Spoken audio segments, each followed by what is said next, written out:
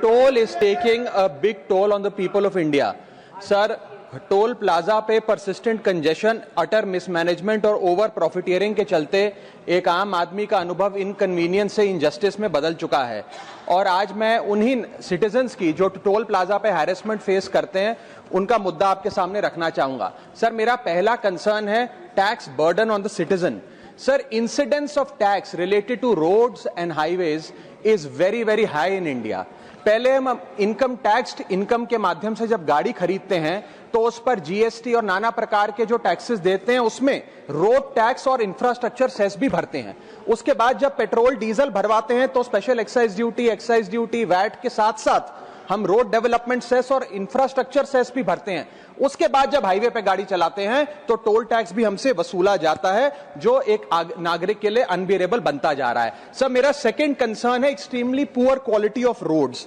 Sir, इतना tax भरने के बाद हम उम्मीद करते हैं कि रोड की क्वालिटी अच्छी होगी, ड्रेनेज सिस्टम अच्छा होगा, लेन डीमार्किंग होगी, लाइटिंग होगी और सेफ्टी इंफ्रास्ट्रक्चर होगा, लेकिन यह भी हासिल नहीं होता और इसी के साथ साथ नेग्लिजिबल मेंटेनेंस का भी शिकार होना पड़ता है, जिसके चलते गड्ढे, पॉटहोल्स, ब्लैक स्पॉट्स और सरफेस डिफॉर्मिटीज देखी जाती हैं और हजारों लोग रोड एक्सीडेंट्स का सालाना शिकार होते हैं।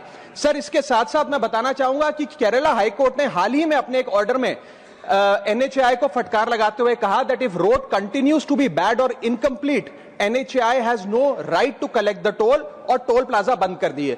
जम्मू कश्मीर हाईकोर्ट ने अपने 2 टोल प्लाजाओं पे 80% की छूट देते हुए कहा कि सड़कें इतनी खराब हैं कि ऑपरेटर को टोल वसूलने की कोई अधिकार नहीं है।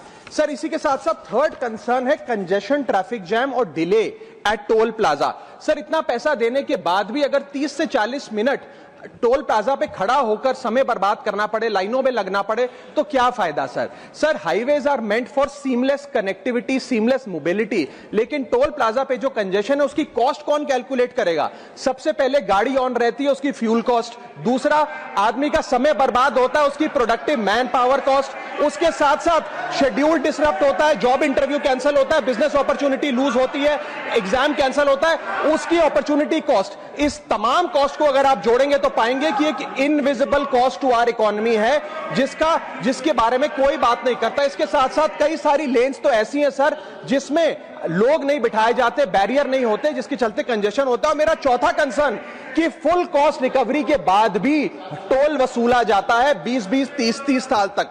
सर, मैं ये कहना चाहूंगा कि ये एक लीगलाइज लूट है जिसे बंद करना चाहिए। इसके साथ साथ एक नियम बनना चाहिए कि अगर 5 मिनट से ज्यादा कोई भी सिटीजन टोल प्लाजा पे खड़ा है तो उसकी गाड़ी को फ्री में निकलने दिया जाए।